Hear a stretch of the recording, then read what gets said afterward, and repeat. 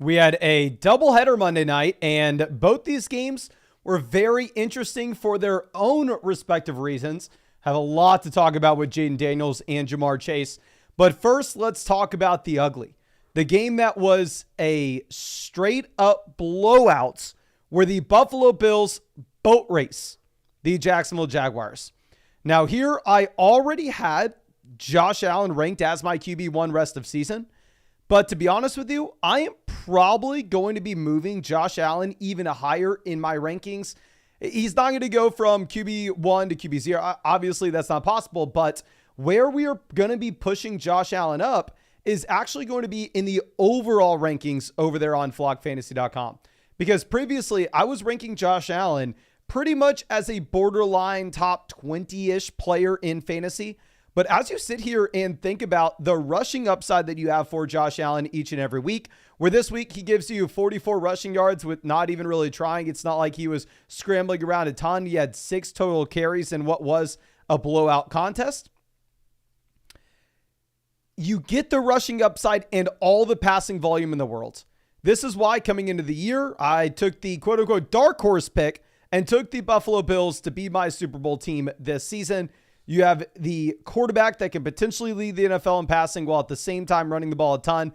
And I think it's hard to find too many players that are more valuable than that, regardless of if they play quarterback, running back, wide receiver in fantasy.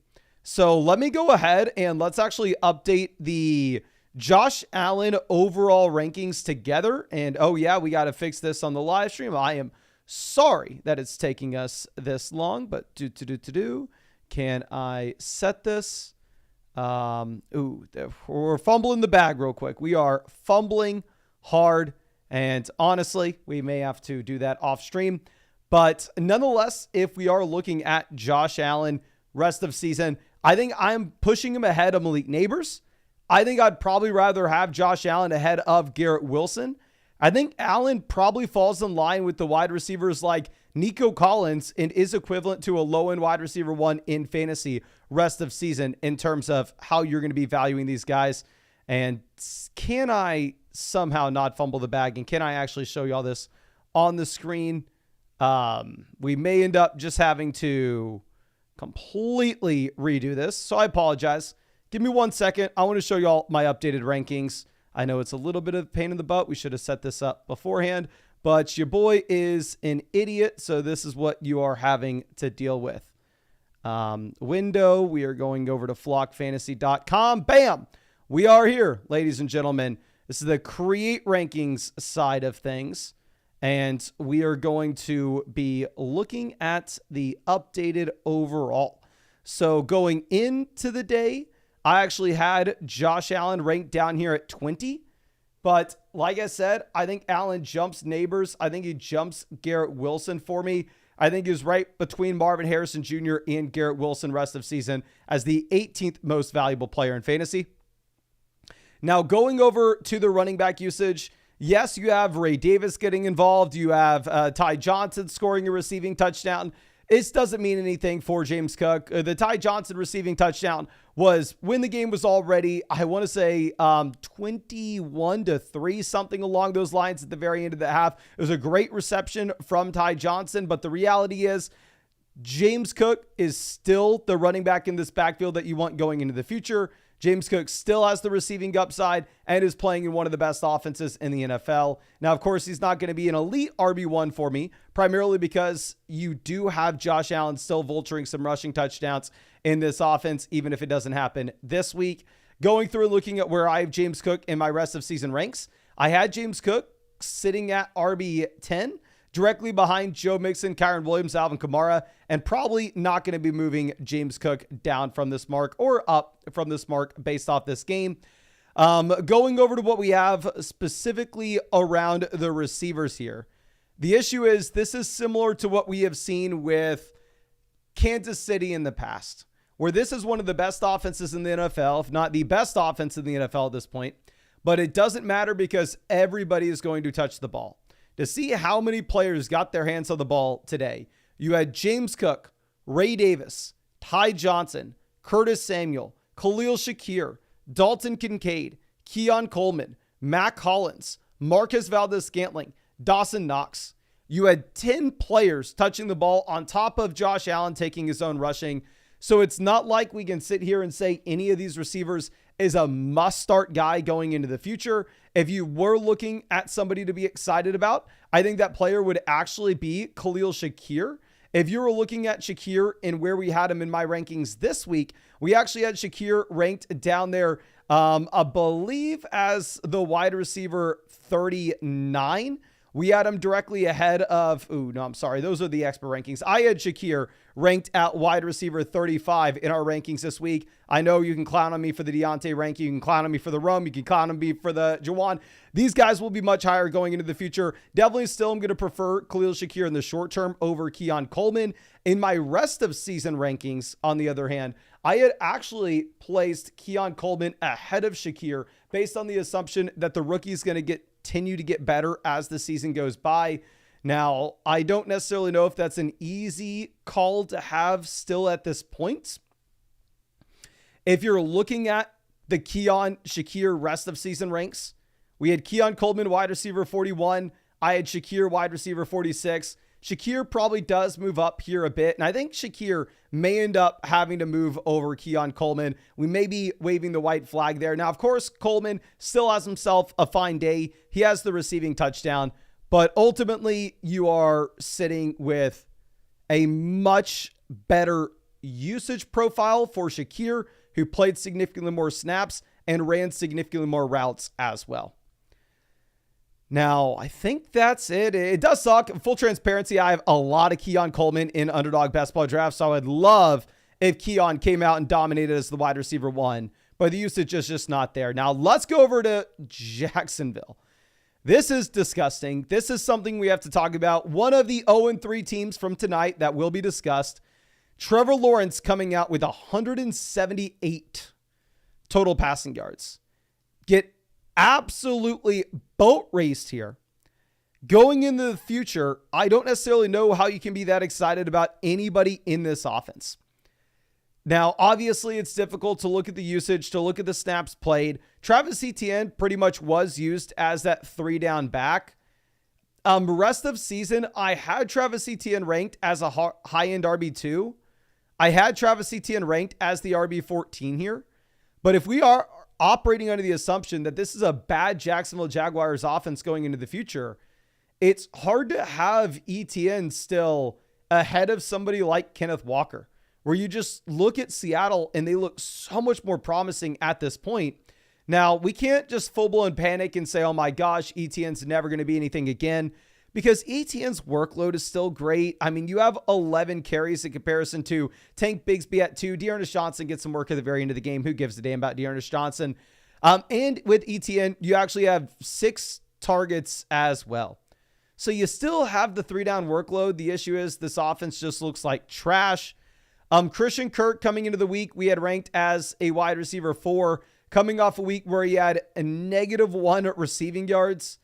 I don't necessarily know if we can move Christian Kirk much higher just because he has 10 targets in this game, just because you have the 79 receiving yards. Because keep in mind, this is a contest where at the same time, you had no Evan Ingram. So with no Evan Ingram here, you were naturally going to assume that more targets were funneled in the direction of Christian Kirk, of Brian Thomas Jr., who both see 19 total targets in this offense. I mean, very exciting to get the absolute alpha usage here for these top 2 players. Gabe Davis continues to run a ton of routes, but Gabe Davis never going to be a high volume target guy. Brian Thomas Jr. is still definitely the most exciting guy here for the long term. I had him ranked at wide receiver 38 in our rest of season rankings coming into the week. Honestly, I don't really know if I'm going to be moving him from this point. Can y'all please let me know in the live chat, who would you rather have rest of season? Would you rather have Brian Thomas or would you rather have Terry McLaurin? Because obviously we're going to have to talk about McLaurin in just one second.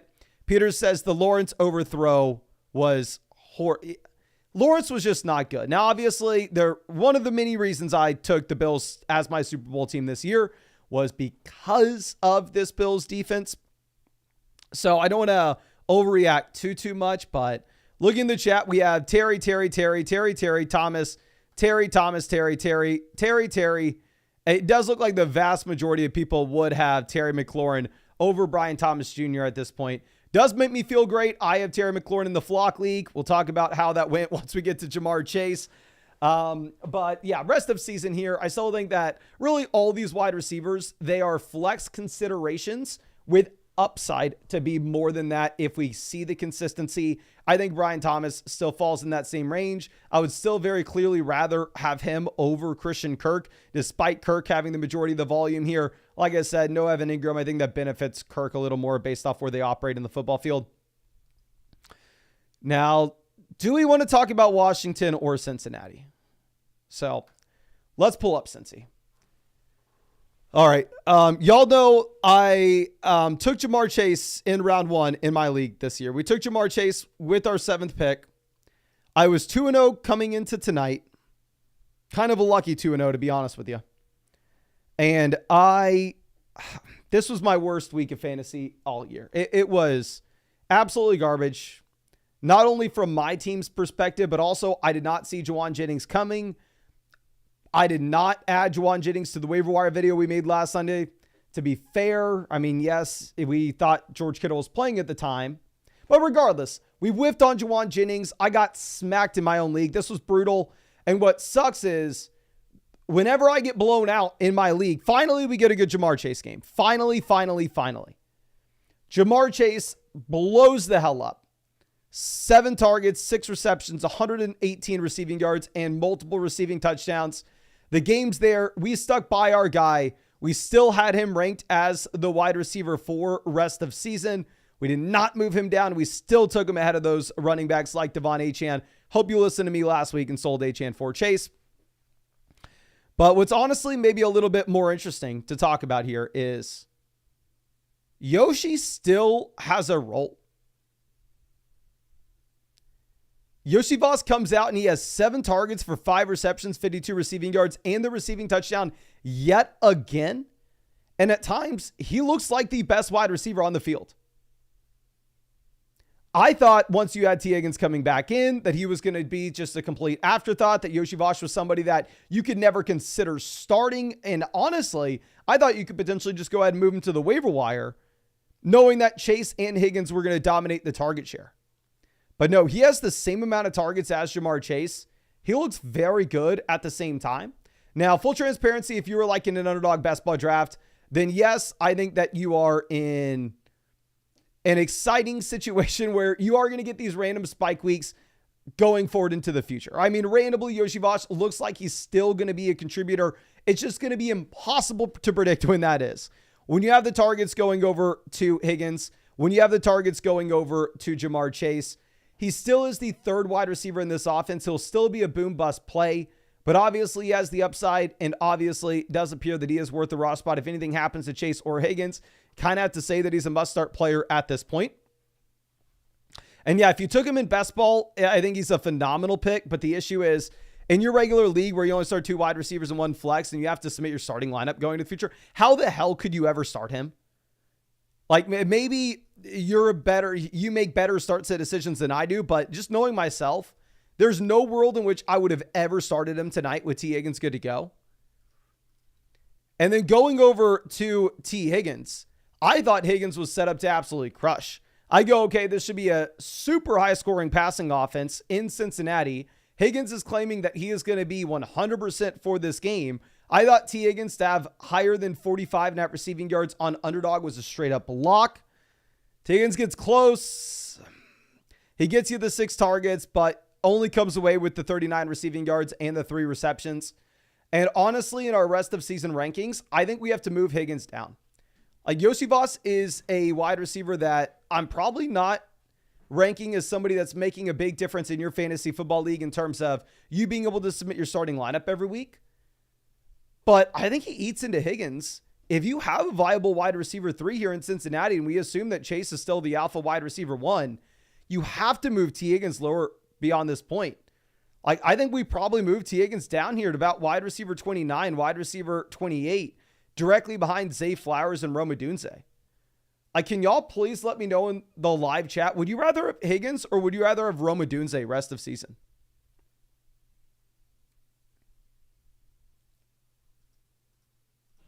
Vinny says, Higgins should have had a touchdown. Burrow needed to throw 3 and lower. I know. And that's what I was saying. Higgins got close for us with the 45 receiving yards. Just didn't cut it. Higgins, Rome. Higgins, Rome, Higgins, Rome. I'm not moving Higgins behind Rome, but I know I'm moving Higgins behind the Rams. I know I'm moving Higgins behind Amari, and I know I'm moving Higgins. Higgins going to be about wide receiver 27, wide receiver 20. I think Higgins has to take a hit if there's going to be a viable third option in this offense. Zach Moss was that buy low guy for us, like all these Chiefs where y'all know we had Burrow as a buy low, we had Chase, we had Higgins, we had Moss. Really, the only guy we didn't have as a buy low was, I guess, Yoshi Voss. I didn't expect this to happen. But yeah, with Zach Moss, he continues to have the vast majority of the work in Cincinnati. Chase Brown continues to look like the quote-unquote better running back, but it simply doesn't matter. Zach Moss is a player that you have to be ahead of consensus on just because it's a good offense going into the future. He has a receiving role. Not only does he have a receiving role, but at the same time, he does have the red zone work as well. You'll see in our rest of season ranks, we have Zach Moss right between Rashad White and Ramondre Stevenson. This is maybe a very aggressive ranking with Moss to have him ahead of Ramondre. I just think that Cincinnati's a much, much better offense. We may move him behind Ramondre. We'll see. And then going over to Mike Gesicki. I know Gesicki has 5 targets. He has that one very impressive grab in that final drive. And he's a viable tight end if you're looking at how gross the tight end position is overall. But ultimately, Eric Hall Jr. still does get involved here, so I don't necessarily think that Gesicki is a must-start player because it is kind of a tight end by committee here in Cincy, and you have viable receiving options. And I do want to reiterate, of course, I hope that you stuck with us with Dalton Kincaid. Like we said, the underlying usage was great. The offense is going to be much better going into the future. Forgot to talk about Dalton Kincaid with the Bills, but yeah, Kincaid's one of the very few tight ends that you can rely upon. Looking at our rest of season rankings with Kincaid, we had him at tight end 6 behind Laporta, Kittle, Kelsey. I think you have to jump Kincaid over Laporta at this point, and that very much does pain me as somebody who has Laporta with his own squad. But let's go over to the Commanders because there is a lot to talk about here. First off, Jaden Daniels looks phenomenal. Not only for fantasy purposes, which Jaden Daniels was an exciting player in fantasy for me because we were saying, oh, okay, even if he's bad in real life, you'll have the rushing upsides. You have that baked in floor. And yeah, you see the rushing upside of pretty much 40 rushing yards and the rushing touchdown. But what you're now getting with Jaden Daniels is him coming out and showing that he is not only a quarterback that gives you rushing upside, but he is one of the, I don't want to say one of the best. He's one of the most exciting quarterbacks in the NFL right this second. I had him QB7 coming into this week. There's a strong chance that Jaden Daniels is jumping CJ Stroud for me at this point.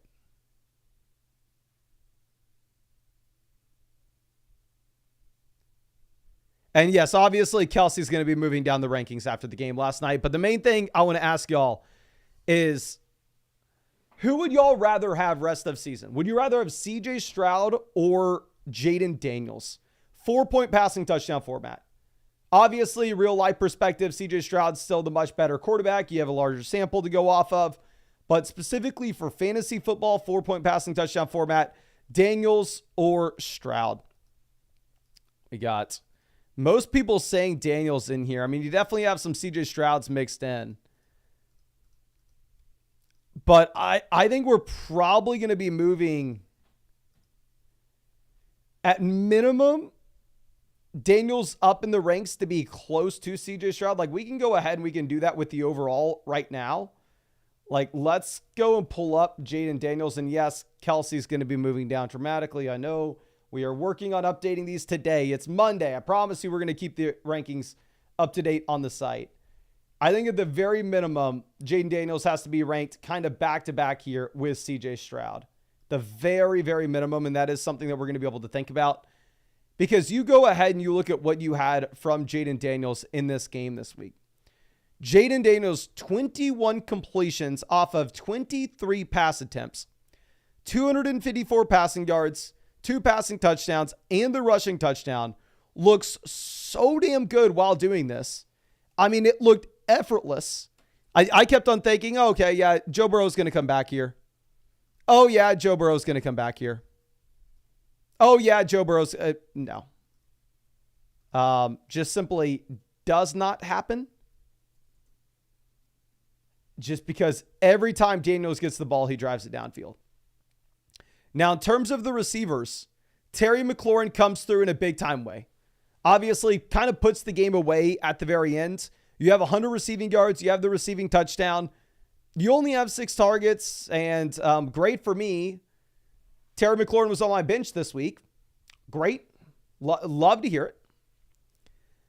Luke McCaffrey I don't want to say is a viable waiver wire pickup because I don't expect the passing volume to be here in Washington, to be honest with you. It looks like Daniels going to be a very efficient quarterback, but Daniels is going to still make, this Commanders offense very good based off his rushing upside. I don't know if you're going to see a bunch of receivers supported. McLaurin definitely goes up in my rankings after this game, but I think McLaurin's still just going to be that borderline flex play, but definitely more startable than he was previously. And then going over to what we have with the running backs, Austin Eckler gets injured here. Now, I know everybody had been screaming at us over the past week. Why are you so low on Brian Robinson? Why are you so low on Brian Robinson? Blah, blah, blah. The reason being was because Eckler was squeezing him for receptions. Brian Robinson hadn't been a super efficient back. And yeah, Brian Robinson you see for only 33 rushing yards off of 16 carries in this game. But if Austin Eckler misses time here, I am telling you right now, Brian Robinson Jr. is going to skyrocket in the rankings. He will not only be a must-start RB2, but with no Eckler, he may be a must-start RB1 because while, yes, they have Jeremy McNichols, which they can look at the same time, we know that Brian Robinson Jr., he can catch the ball. And if he's going to get both the work of Austin Eckler and his usual workload as well, he's going to be so much more exciting. So, yeah, this is obviously a great night to be an NFL fan because we finally have one of these young quarterbacks emerging. We're up until this point. Bryce Young looked like garbage. Will Levis looked like garbage. Caleb Williams looked very bad. We don't get to really see May. We don't really get to see Michael Penix. But we finally get somebody to be excited about with Jaden Daniels, somebody to help us out in fantasy as well. And yeah, we're going to go ahead. We're going to continue to update the rankings over there on the sites. I'm probably going to spend the next hour or so updating these rankings. And y'all know I update them literally every single day. And we are going to get the week 4 rankings out for y'all probably tomorrow morning as well. And I'll tinker with them throughout the entire week on the site. But yeah, of course, if y'all ever wanted to go check out the rankings here, they are free on flockfantasy.com. You can literally just pull them up whenever you want. The link's in the chat right now if y'all wanted to see them, just to let you know exactly what is free. So I don't want to deceive anybody here. The expert rankings are free on the site. So the expert rankings is the average ranking between the guys at Fantasy Stock Exchange, Domain Fantasy, Fantasyland, and myself. All these are updated very, very often. You can see the dates there. If you wanted to see my exact rankings, those would be behind a paywall, but the overall expert rankings are free for anybody who is interested. Also, we have the free trade calculator over here as well. If anybody wants to ask a trade in the chat, I can show this off. If anybody has a trade, Nick says, can you show the Flock League games? The Flock League YouTube video will be dropping tomorrow, my guy. I will be honest with you. I may or may not have lost. I may or may not be down to 2-1. So not super exciting. MC says, do I have to deposit 10? Yes, you have to deposit $10 on Underdog if you want the free team review on flockfantasy.com. Let's see. We have London and Anthony Richardson for Kyler Murray. I will tell you right now, it is going to be Drake London because I would rather have Drake London over Kyler Murray straight up, my friend. So honestly, this is a very, very, very, very easy spot to say, go ahead and take Drake London, Anthony Richardson, not even close. But one thing you can do on the site with the trade calculator, which is completely free, is you can adjust it to your league settings. And we actually have a bunch of little things that impact the value of the trade dependent on your exact league settings. And the expert values are going to be free. Like I said, if you want to use mine specifically, those are going to be behind the paywall, but there's a bunch of free stuff. There's the free trade finder as well, where if you go down here, you can actually see, oh, okay, I want other examples of trades where Kyler Murray was dealt for Drake London, and you can see trades, the league settings that was done in, et cetera, et cetera. So you can check that all out for free over there on flockfantasy.com. The link's in the description, comment section, and live chat. And yeah, we talked about every single offense in this live stream. So if you missed the very beginning, I'm going to end the stream now. You just go back to the beginning and see the Bills, Jags, Bengals, and Commanders. But much love. Really do appreciate y'all. Really hope that you have a great night, and really hope we get to see you out with the live stream tomorrow.